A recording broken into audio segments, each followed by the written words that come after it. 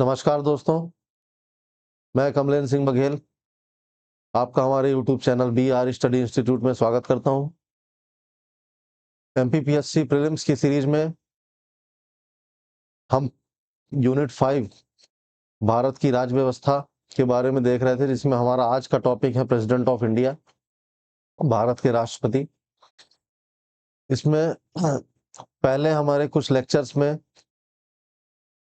3-4 topics हो चुके हैं, जिसमें government of India act 1919, government of Indian act 1935, parliament, executive, कार्यपालिका, प्रधानमंत्री, ये सब हम देख चुके थे। आज के इसमें हम प्रेसिडेंट ऑफ इंडिया देखेंगे। प्रेसिडेंट ऑफ इंडिया का उल्लेख हमारे भारत के संविधान में आर्टिकल 52 से 78 तक दिया गया है, जिसमें आर्टिकल 52 कहता है जो हमारे देश में एक प्रेसिडेंट की पोस्ट है, there shall be a president of India who is the head of state, जो कि हेड ऑफ द स्टेट है, मतलब देश का जो मुखिया है ना। हेड स्टेट से मतलब यहाँ देश का मुखिया से है, ठीक है। हेड ऑफ द स्टेट है, इसे नॉमिनल हेड ऑफ एग्जीक्यूटिव कहते हैं, ठीक है। दो तरह के हेड हैं हमारे यहाँ, एक रियल हेड ऑफ एग्जीक्यूटिव और दूसरा nominal head of executive. Real head of executive में कौन आ जाएगा? जो हमारे रियल हेड है वो कौन है? प्रधानमंत्री, PM। और नॉमिनल वो है हमारे प्रेसिडेंट, ठीक है। अब नॉमिनल हेड क्यों कहा जाता है और रियल हेड क्यों कहा जाता है? रियल हेड इसलिए ताकि जितने भी जो डिसीजंस होते हैं, ठीक है, जितने भी जो डिसीजन लिए जाते हैं वो किसके द्वारा लिए जाते हैं? प्रधानमंत्री के द्वारा। और नॉमिनल हेड इसलिए कि किनके नाम पे ये डिसीजन लिए जाते हैं, वो है प्रेसिडेंट, इसलिए ये नॉमिनल हेड हो गए, ठीक है। तो आपको ये अंतर समझ में आ गया होगा, रियल हेड ऑफ एग्जीक्यूटिव और नॉमिनल हेड ऑफ एग्जीक्यूटिव, ठीक है। नाम मात्र का मुखिया और वास्तविक मुखिया, ठीक है। दोनों में अंतर यही है कि ये जो नाम मात्र के वो साइन करते हैं और ये डिसीजन लेते हैं, मतलब पूरा जो भी निर्णय होगा वो प्रधानमंत्री का होगा। जो सिग्नेचरी बॉडी है, जो यहाँ पे जिनके साइन से आगे चीजें बढ़ेंगी, वो है हमारे प्रेसिडेंट, ठीक है। ये हमारे प्रेसिडेंट जो है देश के प्रथम नागरिक हैं, ठीक है। फर्स्ट सिटीजन, प्रथम नागरिक हैं ये हमारे देश के, ठीक है। ये कार्यपालिका के प्रमुख हैं, ठीक है। नाम मात्र के प्रमुख है, लेकिन एक तरह से जो कार्यपालिका है उनकी जो सर्वोच्च जो है, जिनके जो साइन से आगे बढ़ती हैं, ठीक है, जिनके नाम से डिसीजन लिए जाते हैं, इसलिए ये कार्यपालिका के नाम मात्र मुखिया हैं। रियल हेड PM इसलिए कहे जाते हैं क्योंकि ये डायरेक्ट इलेक्शन से आते हैं, ठीक है। और ये जो प्रेसिडेंट साहब हैं ये इनडायरेक्ट इलेक्शन से आते हैं, ठीक है। इनको जनता डायरेक्ट चुनती है, ठीक है। प्रधानमंत्री को, राष्ट्रपति को जो जनता के द्वारा चुने गए प्रतिनिधि हैं उनके द्वारा चुना जाता है, ठीक है। तो ये इनका जो ये प्रोपोर्शनल रिप्रेजेंटेशन चलता है, किसका? जो प्रेसिडेंट साहब का जो चुनाव होता है इसमें प्रोपोर्शनल रिप्रेजेंटेशन चलता है, ठीक है। आपकी जितनी सीटें हैं, आपके सीटों के अनुसार जो भी आपके रिप्रेजेंटेटिव्स हैं वो उन्हें चुनेंगे, ठीक है। चुने हुए जो रिप्रेजेंटेटिव्स हैं वही चुनेंगे, ठीक है। अगर मान लीजिए अगर ऐसा कह दिया जाए कि प्रेसिडेंट को भी डायरेक्ट चुन लिया जाए, क्यों नहीं चुना जाता? कोई कभी ऐसा दिमाग में आता होगा कि इन्हें भी डायरेक्ट चुन लिया जाए जैसे प्रधानमंत्री। तो इसमें देखिए दो चीजें हो जाएंगी, ठीक है। पहला तो इनके जो कॉन्फ्लिक्ट ऑफ इंटरेस्ट है, मतलब जिसे कहा जाए कि मतभेद की स्थिति, यहाँ मतभेद की एक स्थिति आ जाएगी। कैसे? कि हम भी डायरेक्ट चुने गए हैं, ठीक है, और वो भी चुने गए हैं, हमें डिसीजन लेने का अधिकार है और साइन करने का अधिकार नहीं है, उन्हें साइन करने का अधिकार है और उसका अधिकार नहीं है, ठीक है। तो एक कॉन्फ्लिक्ट ऑफ इंटरेस्ट आ जाता है इस चीजों में, ठीक है। इसलिए इनकी प्रक्रिया भी अलग की गई है, ठीक है, ताकि मतलब एक जैसी चीजें ना हो। अगर एक जैसी चीज होंगे तो फिर उन्हें भी लगेगा कि हमें एक जैसी पावर्स हो। अगर एक जैसे चुनाव होंगे तो जाहिर सी बात है कि एक जैसे पावर्स भी वो सोचेंगे, हम भी अगर उनसे चुन के आए। तो इसलिए इन्हें, इनका जो चुनाव प्रक्रिया है वो भी इन्हें अलग रखा गया। तो इनका चुनाव कैसे होता है? इलेक्टोरल कॉलेज बनता है एक, ठीक है। क्या होता है? इलेक्टोरल कॉलेज बनता है, निर्वाचक मंडल बनता है। निर्वाचक मंडल में जो इनका इलेक्टोरल कॉलेज है उसमें कौन कौन रहते हैं? जो इलेक्टेड मेंबर्स, इलेक्टेड मतलब चुने हुए, ठीक है, elected members of Lok Sabha, Rajya Sabha और जो राज्य की विधानसभा है, राज्य विधानसभा, ठीक है। और जो हमारे केंद्र शासित प्रदेश, जिसमें दिल्ली,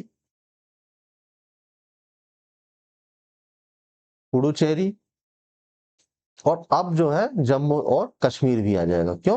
क्योंकि ये भी हमारे जो है, इसमें भी विधानसभा बैठती है, ठीक है। जम्मू और कश्मीर में विधानसभा है, इसलिए इसमें भी चुने हुए प्रतिनिधि हैं, इसलिए वो भी जो प्रेसिडेंट साहब का जो चुनाव है उसमें भाग ले सकते हैं, ठीक है। अब आपका सवाल होगा, दिल्ली में, दिल्ली को दिया गया, पुडुचेरी को दिया गया, और जैसे केंद्र शासित प्रदेश है जैसे लद्दाख है, ठीक है, चंडीगढ़ है, दमन है, इन्हें क्यों नहीं दिया गया? ठीक है, क्यों? क्योंकि उन वहां पे जो है विधान सभा नहीं है, ठीक है। दिल्ली में विधानसभा है, पुडुचेरी में विधानसभा है और जम्मू और कश्मीर में विधानसभा है, ठीक है। तो इलेक्टेड मेंबर्स ऑफ, चुने हुए प्रतिनिधि कहाँ के? लोकसभा के, राज्यसभा के और राज्यों के विधानमंडल के, ठीक है। अच्छा, इसमें जो चीजें हैं, जो राज्य के जो विधानमंडल है उनके जो प्रतिनिधि हैं वो नहीं इसमें भाग लेते।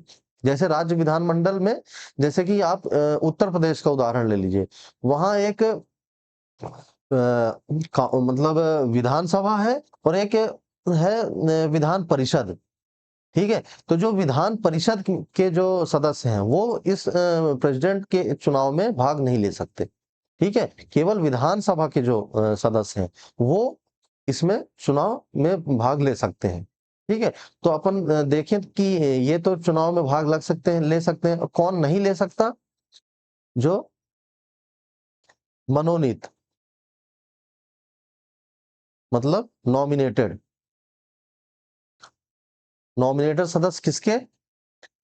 राज्यसभा के, क्योंकि लोकसभा के तो अब खत्म कर दिए हैं, ठीक है।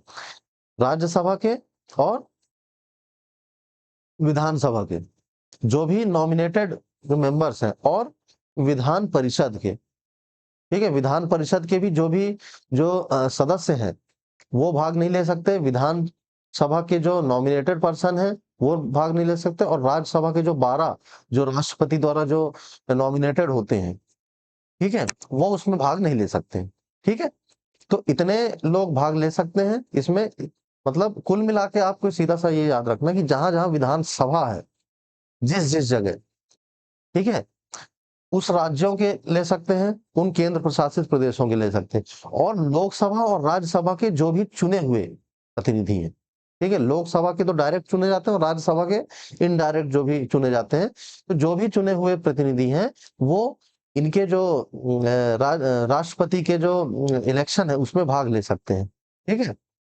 ये एक तरह से अप्रत्यक्ष चुनाव है। क्यों? क्योंकि प्रत्यक्ष चुनाव मतलब क्या हो जाता है कि डायरेक्ट चुना गया, अप्रत्यक्ष मतलब इनडायरेक्ट, ठीक है। मतलब कि हमने अपने प्रतिनिधि भेजे विधानसभा और लोकसभा में, उन्होंने फिर उन्हें चुना राष्ट्रपति के, ठीक है, उसमें वोट में भाग लिया। ये कौन कंडक्ट कराता है election? Election commission of India, ठीक है, भारत का निर्वाचन आयोग, ये जो है प्रेसिडेंट का चुनाव आयोजित कराता है। अब अब क्योंकि ये प्रथम नागरिक है हमारे, ठीक है, विशेष इनका जो पद है वो सर्वोच्च है, इसलिए उनकी जो ओथ है, उनकी शपथ, वो विशेष रखी गई है, ठीक है। आर्टिकल 60 के अंतर्गत इनकी शपथ का प्रावधान है, जो कि शपथ किस लिए ली जाती है? टू प्रोटेक्ट द कॉन्स्टिट्यूशन, संविधान की रक्षा हेतु। पूरे देश में एकमात्र केवल प्रेसिडेंट ही है जो कि संविधान की रक्षा हेतु शपथ लेते हैं। ठीक है, बाकी जितने भी पद हैं वो अलग-अलग चीजों की शपथ लेते हैं। कुछ प्रधानमंत्री हैं, जैसे गोपनीयता की शपथ हो गई, ठीक है। और जो उनके और सबऑर्डिनेट है वो किस चीज की शपथ लेते हैं? संविधान के प्रति सच्ची निष्ठा रखूंगा, ठीक है ना, संविधान के अनुरूप कार्य करूंगा, ऐसी मतलब एक शपथ लेते हैं। तो उनकी जो शपथ का प्रावधान है वो किस में है? तीसरी अनुसूची में।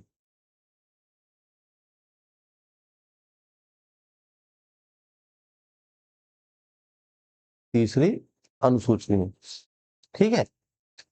Third schedule of Indian constitution में जो है जितने भी हैं, मान ली अगर आपसे बोला जाए सुप्रीम कोर्ट के जज हो गए, हाई कोर्ट के जज हो गए, प्रधानमंत्री हो गए, हमारे जो केंद्रीय मंत्री हो गए, जितने भी मतलब जो भी हैं, उन सभी जरूरी जरूरी जितने भी ऑफिस हैं, कैग हो गए हमारे, तो उन सब का प्रावधान किसमें है?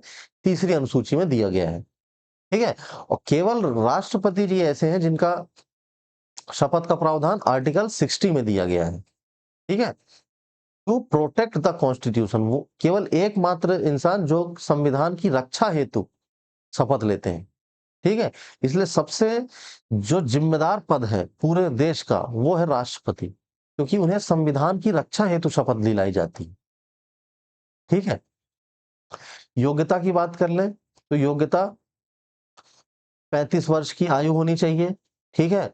और जो भी योग्यता लोकसभा सदस्य बनने के लिए चाहिए, ठीक है, जो भी योग्यता वो पूरी होनी चाहिए, ठीक है। लोकसभा मेंबर के लिए 25 वर्ष है, इसमें 35 वर्ष है। बाकी जितने भी जो भी उनके लिए योग्यता चाहिए लोकसभा सदस्यों के लिए, वो सभी राष्ट्रपति के लिए भी चाहिए। और कोई भी ऐसे लाभ का पद इनके पास नहीं होना चाहिए। लाभ का पद मतलब ऐसी कोई पद जिससे उनकी एक्स्ट्रा इनकम आ रही हो, ठीक है, कमा रहे हो अलग से, तो वो ऐसा कोई पद ना होना चाहिए, ठीक है। तो ये इनके क्वालिफिकेशंस हो गई, ठीक है। अब इनका कार्यकाल जो रहता है 5 वर्ष का रहता है, ठीक है। 5 वर्ष के पहले या तो डेथ हो जाए या तो रिजाइन हो जाए, ठीक है, रेजिग्नेशन दे सकते हैं, या तो उनकी मृत्यु हो जाए, या इम्पीचमेंट महाभियोग के द्वारा हटाया जा सकता है, जो हम आगे देखेंगे, ठीक है। अब आर्टिकल 65 के अनुसार क्या है? आर्टिकल 65 में इनका जो रिजिग्नेशन है वो दिया गया है, ठीक है। उसमें क्या है कि जो ये राष्ट्रपति हैं वो अपना इस्तीफा किसे देंगे? वाइस प्रेसिडेंट को, ठीक है, उपराष्ट्रपति को, ठीक है। नियुक्ति इन्हें भारत का मुख्य न्यायाधीश करता है, लेकिन इस्तीफा या किसके पास देंगे? उपराष्ट्रपति के पास, ठीक है। और जैसे मतलब क्योंकि ये इतना बड़ा पद है, ये कभी खाली नहीं रह सकता, ठीक है। तो और जब भी जैसे ऐसी स्थिति बनती है कि मान लीजिए अगर बीच में अगर उनकी मृत्यु हो जाए, ठीक है, हमारे राष्ट्रपति साहब की मृत्यु हो जाए बीच में, तो ऐसी स्थिति में एक कार्यवाहक राष्ट्रपति के रूप में जो हमारे उपराष्ट्रपति होते हैं वो कार्य करेंगे, ठीक है। और उन्हें शपथ कौन दिलाएगा? भारत का मुख्य न्यायाधीश, CJI, chief justice of India, वो उन्हें शपथ दिलाएंगे, ठीक है। शपथ ये इन्हें भी दिलाते हैं, ठीक है, प्रेसिडेंट को भी। तो अगर किसी केस में उनकी मृत्यु हो जाती है, या वो अपना इस्तीफा दे देते हैं, या उनके ऊपर महाभियोग लगाया जा सकता है, तो ऐसी स्थिति में जो उपराष्ट्रपति होते हैं वो भारत के राष्ट्रपति के रूप में कार्य करेंगे। और कब तक करेंगे? जब तक कि उनका चुनाव ना हो जाता। और चुनाव नहीं हो चुनाव कब कितने समय के भीतर कराना रहता है? 6 माह, ठीक है। 6 माह के भीतर उनका चुनाव होना आवश्यक है, जरूरी है, ठीक है। अब आते हैं हम इम्पीचमेंट में। महाभियोग आर्टिकल 61 में दिया गया है हमारे संविधान में, ठीक है। अब सबसे पहली बात तो हमने इम्पीचमेंट लिया कहां से? इम्पीचमेंट हमने लिया है यूएसए से, ठीक है, यूनाइटेड स्टेट्स ऑफ अमेरिका, ठीक है, अमेरिका के संविधान से हमने इम्पीचमेंट का शब्द वहां से लिया है, ठीक है। अब इम्पीचमेंट में होता क्या, पहले मैं आपको यूएसए का बता देता हूँ, ठीक है। अमेरिका में क्या होता है, जब भी किसी इम्पीचमेंट किसी के ऊपर लगता है, लगता किसके ऊपर है, राष्ट्रपति और chief justice of supreme court, ठीक है, इनके ऊपर इम्पीचमेंट लगाई जाती है। अब इम्पीचमेंट में क्या होता है कि जब वहां की जो संसद है, ठीक है, वहां की जो संसद है उसमें अगर इम्पीचमेंट का प्रस्ताव पास हो गया, ठीक है, तो वो इम्पीच हो जाते हैं, चाहे प्रधानमंत्री सॉरी राष्ट्रपति हो, चाहे सुप्रीम कोर्ट के जस्टिस। तो वहां केवल संसद की सुप्रीमेसी है इम्पीचमेंट के ऊपर, ठीक है। हमारे यहाँ क्या होता है कि राष्ट्रपति के मामले में पहले पहले हाउस में, किसी भी हाउस में, चाहे लोकसभा हाउस में हो या राज्यसभा में, किसी में भी प्रस्ताव रखा जाता है इम्पीचमेंट का, ठीक है। और दूसरा हाउस जो रहता है, सेकंड हाउस, वो इन्वेस्टिगेट करता है, ठीक है, वो इन्वेस्टिगेट करता है, जांच करता है कि जो पहले हाउस ने जो भी प्रस्ताव रखा है वो सही है या नहीं, ठीक है। दूसरा हाउस कोई भी हो सकता है, लोकसभा भी हो सकता है, राज्यसभा भी हो सकता है, ठीक है। और पहला हाउस जो रहता है जहां से शुरुआत होती है, ये भी कोई भी कहीं से भी शुरुआत हो सकती है, चाहे लोकसभा हो चाहे राज्यसभा हो। तो किसी से शुरुआत हुआ, दूसरे हाउस पहुंचा, अब अगर इसमें पास हुआ तो राष्ट्रपति जी इम्पीच हो जाएंगे, ठीक है, उन्हें हटाया जा सकता है, ठीक है। दोनों हाउस में अगर पास हो गया, इनका जो इम्पीचमेंट का जो प्रस्ताव है वो अगर पास हो गया तो ये इम्पीच हो जाएंगे। परंतु जो सुप्रीम कोर्ट है, सुप्रीम कोर्ट के मामले में पहले तो ये जो संसद है दोनों सदन में पास हुआ, इसके बाद संसद के बाद प्रेसिडेंट प्रेसिडेंट का भी इसमें रोल है, ठीक है। सुप्रीम कोर्ट के जस्टिस को हटाने में प्रेसिडेंट का भी रोल है। संसद के बाद जो ये प्रस्ताव जाता है वो प्रेसिडेंट के पास जाता है, और प्रेसिडेंट की जो स्वीकृति होती है वो आखिरी स्वीकृति होती है। तो जब प्रेसिडेंट ने यहाँ स्वीकृति दे दी, तब जाके हमारे जो सीजेआई हैं वो इम्पीच होते हैं, ठीक है। तो आप मतलब अंतर समझ रहे हो, इसमें दो प्रक्रिया हो गई। प्रेसिडेंट में केवल संसद का रोल है, और सीजेआई के में, चीफ जस्टिस ऑफ इंडिया के में, केवल और संसद और प्रेसिडेंट का भी रोल है, ठीक है, यहाँ दोनों का रोल है। जबकि जो हमने यूएसए से लिया उसमें क्या लिखा है, केवल संसद का, केवल उसमें संसद का ही उल्लेख है, ठीक है। संसद वो इम्पीचमेंट करे। हमारे यहाँ एक प्रक्रिया हमने अलग से थोड़ा बनाई, तो इसे पूर्ण रूप से इम्पीचमेंट कह सकते हैं क्या, नहीं कह सकते, इसे तो एक रिमूवल कह दिया, ठीक है। क्योंकि इम्पीचमेंट तब तक है जब तक केवल संसद का रोल है। संसद के रोल के अलावा कोई भी अगर रोल आ गया तो ये एक रिमूवल की कैटेगरी में आ गया, ठीक है। तो जो हमारे हाई कोर्ट के जस्टिस हैं, है ना, और जो सुप्रीम कोर्ट के जस्टिस है, हालांकि संविधान में ठीक है लिखा गया है, लेकिन अगर ऐसे देखा जाए जो यूएसए का इम्पीचमेंट है और हमारे यहाँ का इम्पीचमेंट, तो थोड़ा सा अंतर यहाँ पे दिखेगा। सीजेआई मतलब जो सुप्रीम कोर्ट के जज और हाई कोर्ट के जो जज हैं उनके प्रति जो इम्पीचमेंट लगते हैं, उसमें प्रेसिडेंट का भी रोल बढ़ जाता है, ठीक है। तो ये आपको अंतर इसमें समझ में आ गया होगा। तो प्रेसिडेंट का अगर हम इम्पीचमेंट की बात करें तो इसमें केवल और केवल संसद का रोल है। संसद के एक हाउस में रखा जाएगा प्रस्ताव, दूसरा हाउस उसको जांच करेगा, और जो दूसरा हाउस अगर उसने जांच सही पाया तो प्रेसिडेंट साहब इम्पीच हो जाएंगे, ठीक है। अब इम्पीचमेंट लाते क्यों है, ये महाभियोग है ना, महाभियोग, महाभियोग, ठीक है, ये ऐसे लिखा जाएगा, इसमें गलत लिखा है, महाभियोग, ठीक है। अच्छा, ये लाते क्यों है, अगर कोई ऐसी स्थिति जिसमें प्रेसिडेंट साहब ने संविधान का उल्लंघन किया हो, ठीक है, ऐसी स्थिति में, या तो कोई उनका मतलब जैसे आप मान लीजिए कि कोई भी ऐसा कार्य जिसमें संविधान का उल्लंघन हो रहा हो, या कोई ऐसी गतिविधि जिसमें राष्ट्रपति द्वारा उल्लंघन किया गया हो संविधान का, ठीक है, उस केस में इम्पीचमेंट लाते हैं। ठीक है, अब पावर्स की बात कर ली जाए। ठीक है, इम्पीचमेंट आशा करता हूं आपको समझ में आ गया होगा। ठीक है, इम्पीचमेंट क्या होता है। अच्छा, एक चीज और मैं बता दूं, इम्पीचमेंट में मतलब जो प्रक्रिया रहती है उसमें कितने मतलब जरूरी सदस्य रहते हैं। अब जैसे संसद की जो कुल सदस्यता है, ठीक है, दोनों हाउसेस की, ठीक है, लोकसभा प्लस राज्यसभा। अब जैसे इसमें कितने सदस्य हो गए, 543। ठीक है, इसमें कितने सदस्य हैं, 245। ठीक, अब ये इसकी कुल सदस्यता है। ठीक, अब इसकी जो कुल सदस्यता का आधा मतलब 272।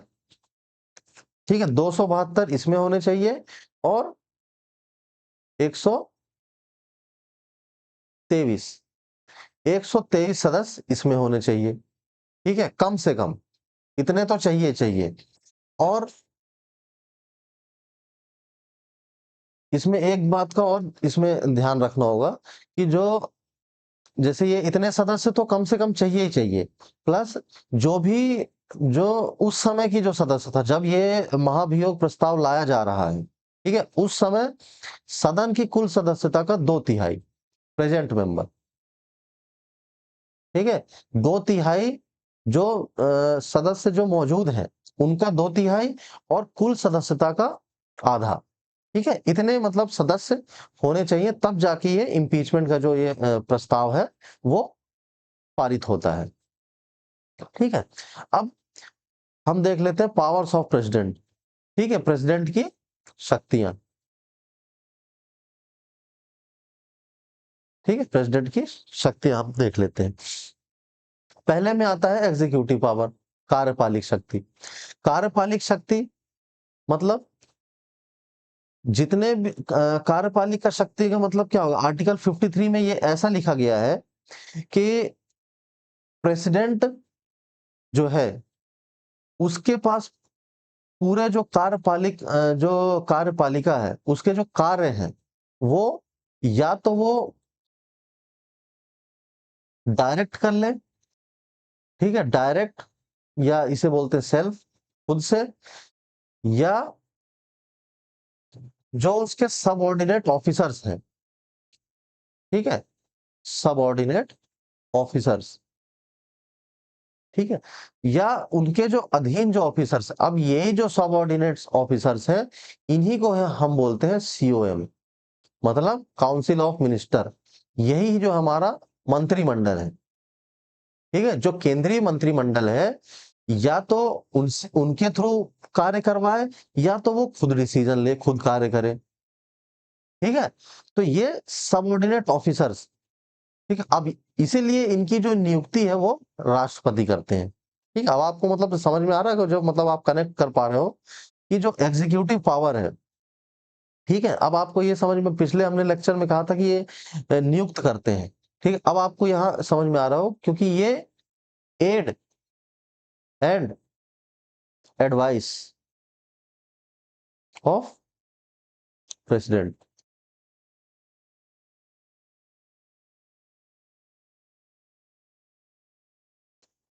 ठीक है, टू द प्रेसिडेंट। ठीक है, ये किस लिए रहते हैं, प्रेसिडेंट साहब की सहायता और सलाह के लिए। ये सीओएम मतलब केंद्रीय जो मंत्रिमंडल है उनका कार्य क्या रहता है, राष्ट्रपति को सहायता एवं सलाह प्रदान करना। ठीक है, ये आर्टिकल 53 में ये लिखा गया है। ठीक है, ये मतलब आर्टिकल 53 में ऐसा लिखा गया कि मतलब प्रेसिडेंट जो है अपने कार्यपालिक जो कार्य हैं वो या तो खुद करे या तो अपने सबऑर्डिनेट ऑफिसर से करवाए। और सबऑर्डिनेट ऑफिसर्स कौन है, ये केंद्रीय मंत्रिमंडल। ठीक है, समझ में आ गया आपको? तो ये इनकी जो ये शक्तियां हैं। अब इसमें एक चीज है कि जब शुरू में जब संविधान हमारा बना था 1950 में, तब ऐसा था कि जो भी ये जो एड एंड एडवाइस है, जो ये एडवाइस है, ये बाध्यकारी नहीं होगी। ठीक है, उस समय ये मतलब बात कही गई थी, उसमें संविधान में जो लिखा गया था सबसे शुरू में, वो ये था कि ये प्रेसिडेंट बाध्यकारी नहीं है, मतलब इस चीज के लिए बाध्य नहीं होगा कि हम जो भी एड है, अब भाई सीधी सी बात है, आप किसी को नियुक्त कर रहे हैं, ठीक है, और इसलिए नियुक्त कर रहे हैं कि आप हमारी मतलब सहायता करेंगे, ठीक है, सहायता करेंगे, हमें सलाह देंगे और हम आगे कार्य करेंगे, ठीक है। तो इसमें तो कोई बाध्यकारी नहीं होना चाहिए कि आप किसी को नियुक्त करें कि हमारी आप हमें सहायता करें, और कल को वो बोले कि नहीं आपको ये मानना पड़ेगा, तो फिर क्यों नियुक्त किया? ठीक है, इसलिए जब शुरू में ये चीजें बनी थी, तो ये देख करके कि प्रेसिडेंट को एक बड़ी फेवर मतलब एक तरह से दी गई कि आप इसमें बाध्यकारी नहीं होंगे। परंतु 42वां संविधान संशोधन जो था, 42nd अमेंडमेंट, ठीक है, 42वां जो संविधान संशोधन था, उसमें ये क्या कहा गया कि जो प्रेसिडेंट हैं वो बाध्य रहेंगे, ठीक है, जो केंद्रीय जो मंत्रिमंडल सलाह देगा वो प्रेसिडेंट को मानना पड़ेगा। वो किसमें संविधान संशोधन में हो गया? 42वें संविधान संशोधन में, ठीक है। 44वें संविधान संशोधन में इसमें थोड़ा सा मतलब हल्का कर दिया गया, ये कि इसमें यह कहा गया कि पहली बार अगर जैसे कोई बिल है या कोई प्रस्ताव है, पहली बार राष्ट्रपति के पास गया, उन्होंने स्वीकार करने से मना कर दिया कि हम ये नहीं मान सकते, ठीक है, नहीं मानेंगे, या हम जो भी मतलब अमेंड वो है नियम है, या जो भी लॉ बनना है, या जो भी आपकी जो प्रपोजल है वो हमें नहीं मानना, तो पहली बार तो वो वापस कर सकते हैं, ठीक है, 44 अमेंडमेंट में ये कहा गया। परंतु जब दूसरी बार वही प्रस्ताव अगर या वही सलाह अगर राष्ट्रपति को दी जाएगी, ठीक है, वही सलाह अगर दी जाती है या वही प्रस्ताव राष्ट्रपति के पास भेजा जाता है, तो उस स्थिति में दूसरी बार की स्थिति में वो बाध्यकारी हो जाएंगी, ठीक है। अगर पहली बार जो मंत्रिमंडल है उसने अपना प्रस्ताव रखा, तो वो उस समय तो बाध्य नहीं होंगे, लेकिन दूसरी बार अगर वापस से अगर वो प्रस्ताव रखते हैं उसी चीज का, तो वो उस समय वो प्रेसिडेंट बाध्य हो जाएंगे, ठीक है, 44 सेकंड में सेकेंड टाइम, ठीक है, जब दूसरी बार वही चीजें आएंगे तब वो बाध्य हो जाएंगे, ठीक है। अब आपको ये समझ में आ गया कि केंद्रीय जो मंत्रिमंडल है वो कितना मतलब शक्तिशाली है, जो प्रधानमंत्री का जो मंत्रिमंडल है पूरा, वो कितना शक्तिशाली कि मतलब उनकी सलाह राष्ट्रपति के लिए बाध्यकारी हो जाती है, ठीक है।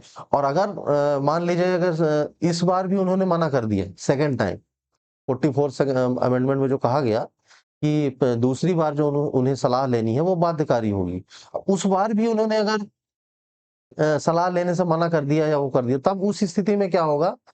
उस स्थिति में होगा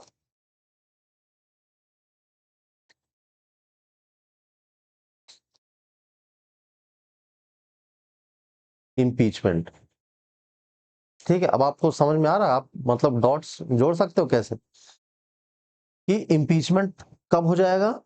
जब इम्पीचमेंट लाते उसी समय है। अब इम्पीचमेंट क्यों? इम्पीचमेंट में मैंने पहले बताया था कि इम्पीचमेंट किस स्थिति में लिया जाता है? इम्पीचमेंट किस स्थिति में किया जाता है? जब संविधान का उल्लंघन हो, ठीक है, राष्ट्रपति द्वारा अपने कर्तव्य मतलब सही से ना किए जाए, उनका कर्तव्य है जो संविधान की रक्षा करना, ठीक है। अब क्योंकि संविधान में ही ये लिखा गया है, मतलब संविधान संशोधन में ही उन्होंने ये लिख दिया कि आप बाध्यकारी होंगे, ठीक है। मतलब आप ये देखिए कि एक तरह से उन्हें संविधान संशोधन के तहत उन्हें बाध्य कर दिया गया राष्ट्रपति को कि आप हमारी सलाह लेने के लिए बाध्य होंगे, ठीक है। अब अगर ये मतलब सलाह नहीं लेते हैं तो मतलब संविधान को ये नहीं पालन कर रहे हैं, ठीक है, राष्ट्रपति साहब। क्योंकि ये तो संविधान में लिख दिए उन्होंने, संविधान में संशोधन कर दिया कि आपको बाध्य होना पड़ेगा। अगर इस समय वो उनकी सलाह नहीं लेते हैं तो ये महाभियोग प्रस्ताव ले आएंगे। क्यों? क्योंकि राष्ट्रपति जो है वो संविधान के रक्षक है, ठीक है। अब संविधान के जो रक्षक है वही अगर संविधान का जो संविधान है उनका उल्लंघन करेगा, तो उस स्थिति में इम्पीचमेंट वो ला सकते हैं, ठीक है। तो आपको यहाँ समझ में होगा कि इम्पीचमेंट में कितनी बड़ी जो पावर है, जो संसद की जो राष्ट्रपति के प्रति जो सबसे बड़ी जो पावर है वो इम्पीचमेंट है, ठीक है। इसलिए मतलब जो संसद है उसे मतलब सर्वोच्च बोला गया है, ठीक है। जितने भी यहाँ भी वही फॉर्मूला लगेगा, executive is responsible to legislative, ठीक है। कार्यपालिका जो है वो विधायिका के प्रति उत्तरदायी है, ठीक है। आपको मतलब इस तरह से मतलब एक एक जैसे डॉट से वो आप बना के चलोगे तो उसमें आपको समझ में आएगा कि कैसे इनका आपस में संबंध है एक दूसरे से, ठीक है। कैसे विधायिका का संबंध है, ठीक है, कैसे कार्यपालिका का संबंध है, कैसे न्यायपालिका का, ये आप अगर मतलब इस तरह से आप डॉट्स बनाएंगे तब आपको मतलब और ज्यादा समझ में आएगा, क्लियरिटी आएगी, ठीक है। जैसे यहाँ मैंने बताया कि केंद्रीय जो मंत्रिमंडल है वो अगर उनकी राय नहीं मानते हैं तो वो उनके प्रति महाभियोग ला देंगे, ठीक है। तो मतलब कुल मिला के शक्ति मतलब एक तरह से उनके पास हो गई, लेजिस्लेटिव के पास, ठीक है। तो ये हो गए हमारे एग्जीक्यूटिव पावर। एग्जीक्यूटिव पावर मतलब आपको समझ में आया, मतलब जो भी जितने एग्जीक्यूटिव के जो अधिकारी हैं, जो भी कार्यपालिका के अंदर जो भी पद हैं बड़े बड़े, उनकी नियुक्ति कौन करता है? वो राष्ट्रपति करता है, ठीक है। इसलिए जो जो पावर है वो राष्ट्रपति की, एग्जीक्यूटिव पावर, इस तरह से हम देख सकते हैं एग्जीक्यूटिव पावर। अब लेजिस्लेटिव पावर मतलब विधायी शक्तियां। अब विधायी शक्ति में क्या आ गया कि जो भी बिल पास होता है, जैसे मान लीजिए कोई बिल लोकसभा में से शुरुआत हुआ, फिर राज्यसभा गया, ठीक है, फिर लोकसभा गया, राज्यसभा गया, फिर इसके बाद राज्यसभा के पास होने के बाद यहाँ प्रेसिडेंट की स्वीकृति वो जरूरी है, ठीक है। अंतिम जो मुहर लगेगी वो किसकी लगेगी? राष्ट्रपति की। तो इसलिए जो भी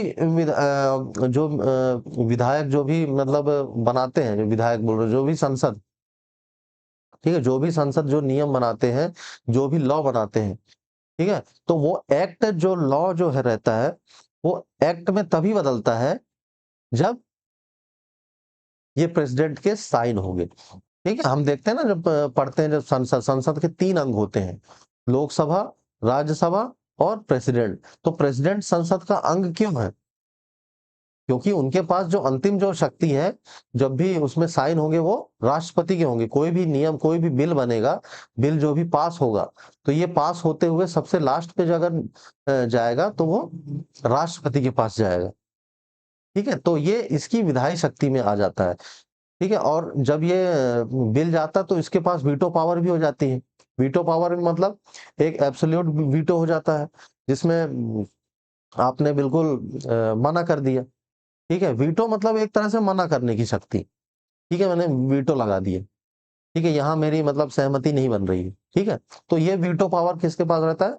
राष्ट्रपति के पास, कि वो चाहे तो होल्ड कर सकते हैं बिल कुछ देर के लिए कि अभी रुको, या अपने पास रख लिया, ठीक है, उसे बोलते हैं पॉकेट वीटो, या बिल्कुल निरस्त कर दिया, वापस भेज, तो वो एब्सोल्यूट वीटो हो जाता है, ठीक है। तो ये वीटो पावर हो गई, तो वो किसके अंतर्गत आती है? लेजिस्लेटिव पावर के अंतर्गत, ठीक है। अब जुडिशियल पावर। जुडिशियल पावर हम इसे क्यों बोलते हैं? क्योंकि जब कोई भी निर्णय होता है किसी भी अपराधी के खिलाफ, अगर मान लीजिए उसे मृत्यु दंड मिल जाता है, ठीक है, अब उससे बड़ा तो कोई दंड हो नहीं सकता, मृत्यु दंड से बड़ा, तो राष्ट्रपति के पास ऐसी पावर रहती है कि वो मृत्यु दंड भी माफ कर सकते हैं। मतलब उनके पास दया वाली, मतलब इसे आप मर्सी पावर बोल सकते हैं, मर्सी पावर, ठीक है। ठीक है, आपने सुना होगा मर्सी पिटीशन दायर की, ठीक है, दया याचिका दायर की। तो दया याचिका किसके प्रति मतलब वो होती है? तो वो राष्ट्रपति के प्रति है ना, दाखिल होती है। तो जब भी मतलब तो इसलिए अपन ये जुडिशियल पावर में भी रख सकते हैं कि इनका जुडिशियल में भी इनके पास पावर है, ठीक है। इमरजेंसी पावर, आपातकालिक शक्ति, मतलब आपातकालिक जो स्थिति होती है, जब भी आपातकालीन, आपको पता है अनुच्छेद 352 में दिया गया है, ठीक है। 352, 356 और 360, इसमें जो है आपका आपातकालिक दिया गया है, ठीक है। 3 तरह के आपातकालीन, एक अंदरूनी जो भी क्या कहते हैं गतिविधियां हो रही हैं, मान लीजिए अंदरूनी बहुत देश का माहौल खराब चल रहा है, ठीक है, आपस में ही एक गृह युद्ध की स्थिति बन रही है, या वैसा कोई बहुत बड़ा दंगा वैसा कुछ हो रहा है, तो उसमें भी राष्ट्रपति के पास पावर है कि वो आपातकाल घोषणा कर सकते हैं, ठीक है। तो और या तो विदेशी कोई आक्रमण हुआ हो, ठीक है, तब उस स्थिति में आपातकालीन घोषणा कौन करता है? राष्ट्रपति करते हैं। या वित्तीय, हमारे पास वित्त मतलब वित्तीय आपातकाल हो गया, बहुत बड़ा मतलब आर्थिक संकट हमारे देश में आ गया, तो उस स्थिति में भी जो है हमारे राष्ट्रपति जो है वो आपातकाल की घोषणा कर सकते हैं। तो जो आपातकाल लागू करना या घोषणा करने की शक्ति है वो राष्ट्रपति के पास रहती है। सॉरी। डिप्लोमेटिक पावर, राजनयिक शक्ति। ये राजनयिक शक्ति क्या है? ऐसी शक्ति मतलब जिसमें आप जो भी जो मतलब कभी भी आपने देखा होगा, सुना होगा कि फ्रांस के राष्ट्रपति हमारे मतलब देश में उसमें आ रहे हैं 15 अगस्त में, या 26 जनवरी में हमारे वो अमेरिका के राष्ट्रपति मुख्य अतिथि। तो ये जो मुख्य अतिथि को बुलाना, ठीक है, इनविटेशन देना, ये इनकी पावर है, ठीक है। इनके साइन से ही उन्हें मतलब आमंत्रण जाएगा, ठीक है। जो भी किसी भी मतलब दूसरे देश के जो राजनयिक हैं, ठीक है, जो भी दूसरे देश के जो प्रमुख है, या कोई भी ऐसे जो नेता है जो बड़े, तो उन्हें जो आमंत्रण दिया जाता है वो किसके द्वारा दिया जाता है? वो राष्ट्रपति के द्वारा दिया जाता है। तो ये उनकी डिप्लोमेटिक पावर हो गई, ठीक है। फाइनेंशियल पावर में अपन देखें, आर्थिक स्थिति में, आर्थिक शक्ति में, आर्थिक शक्ति मतलब ऐसा कि कोई भी जो मनी बिल है, ठीक है, जो भी मनी बिल है, वो जो भी वित्त बिल है, वो किसकी जो सिफारिश से आएगा? वो आएगा केवल राष्ट्रपति की सिफारिश से। राष्ट्रपति साहब सिफारिश करेंगे, तब जाके जो वित्तीय जो बिल है, जो मनी बिल है, वो संसद के सामने रखा जाएगा, ठीक है। और वित्त बिल मतलब किस लिए आता है? जो भी मतलब जो टैक्स का बंटवारा होता है, जो रेवेन्यूज आते हैं, उसमें कितना परसेंट राज्य को जाएगा, कितना परसेंट केंद्र को जाएगा, ये सब मनी बिल के अंतर्गत रहता है, ठीक है ना। जो आर्थिक जो बिल रहता है, वित्तीय बिल जिसे बोलते हैं, उसके अंतर्गत ये सब प्रावधान रहता है। तो वो जो जब लाया जाता है, तो वो किसके रिकमेंडेशन, किसकी सिफारिश के बाद लाया जाता है? वो राष्ट्रपति की सिफारिश। बिना उनकी सिफारिश के वित्त बिल नहीं आ सकता, ठीक है। तो ये इनकी वित्तीय शक्ति हो गई।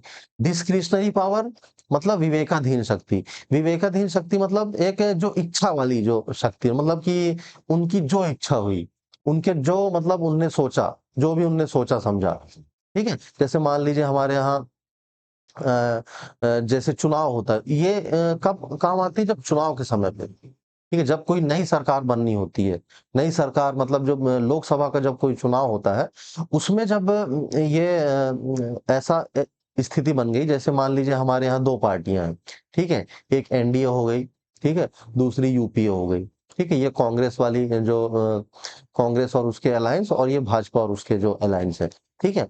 मान लीजिए इनके पास 240 सीटें जीता इन्होंने, ठीक है, और इन्होंने 200 सीटें जीती, ठीक है, और कुछ जो अन्य जो है उन्होंने अलग-अलग सीटें जीती। अब ये राष्ट्रपति की ही पावर है। अब क्योंकि इनके दोनों के पास बहुमत नहीं है, बहुमत के लिए कितना चाहिए? 272 सीटें, राइट। तो 272 सीटें अगर ना एनडीए के पास है ना यूपीए के पास है, तो ऐसी स्थिति में क्या होता है? राष्ट्रपति के ऊपर रहता है, या तो इन्हें इनविटेशन दे दें, या तो इन्हें इनविटेशन दे दें सरकार बनाने के लिए, ठीक है। अब सरकार तो बनाना पड़ेगा, या तो किसी भी अलायंस से बनाए या किसी भी पार्टी के द्वारा बनाए, मतलब सरकार तो अब बनाना तो पड़ेगा। अगर उस स्थिति में अगर उन्हें समझ में आता है कि नहीं, हम अगर यूपीए को बुलाएंगे तो हो सकता है जो अन्य दल है वो इनके साथ आ जाए, या हम एनडीए को बुलाएंगे तो हो सकता है अन्य दल इनके साथ आ जाए और ये सरकार बनाए। तो ये इनविटेशन जो देते हैं, ठीक है, ये इनकी एक डिस्क्रिशनरी पावर के अंतर्गत आ जाता है, विवेकाधीन शक्ति। ठीक है, तो ये भी आप याद रखिएगा कि मतलब ऐसा नहीं है कि जो सिंगल लार्जेस्ट पार्टी है, भले उसके पास बहुमत नहीं, तो वो अपने आप मतलब उन्हें निमंत्रण चल जाए। वो राष्ट्रपति के ऊपर, वो इन्हें भी निमंत्रण दे सकते हैं, आमंत्रण। ठीक है, इन्हें भी दे सकते हैं और इन्हें भी दे सकते हैं। तो ये उनकी विवेकाधीन शक्ति हो गई। तो इस वीडियो में आपने ये देखा कि प्रेसिडेंट और हमारे जितने भी जो प्रेसिडेंट की शक्तियां हैं, ठीक है, अलग अलग शक्तियां, प्रेसिडेंट के इम्पीचमेंट प्रोसेस, ठीक है, आप याद रखिएगा। बहुत जरूरी जरूरी चीजें इसमें मैंने आपको बताई, जैसे कि ये इम्पीचमेंट प्रोसेस हो गई, कौन सा अनुच्छेद है उससे संबंधित इम्पीचमेंट से 61, ठीक है, ऐसे मतलब जो भी जरूरी जरूरी मतलब चीजें वो मैंने आपको बता दिया हूँ। ठीक है, और इसके हम आगे के वीडियोस में जब ये पूरे जो पॉलिटिकल लेक्चर्स पूरे हो जाएंगे, जो जितना सिलेबस है, हम पूरा सिलेबस के अकॉर्डिंग हम चल रहे हैं। जो जो सिलेबस में चीजें हैं वो हम इस चैनल में हम देख रहे हैं, है ना। इसके बाद हम अगले नेक्स्ट टॉपिक में मिलेंगे, तो दूसरा एक नया टॉपिक होगा। जब भी पूरे पूरे टॉपिक्स हो जाएंगे उसके बाद हम एक इकट्ठे एमसीक्यूज पूरे टॉपिक्स के लगा लेंगे, तो उससे रिवीजन भी हो जाएगा और टॉपिक जो भी कहीं नहीं समझ में आएगा वो भी हमारा अच्छे से बेस मजबूत हो जाएगा। ठीक है, तो ठीक है, मिलते हैं अगले वीडियो में, तब तक के लिए शुक्रिया।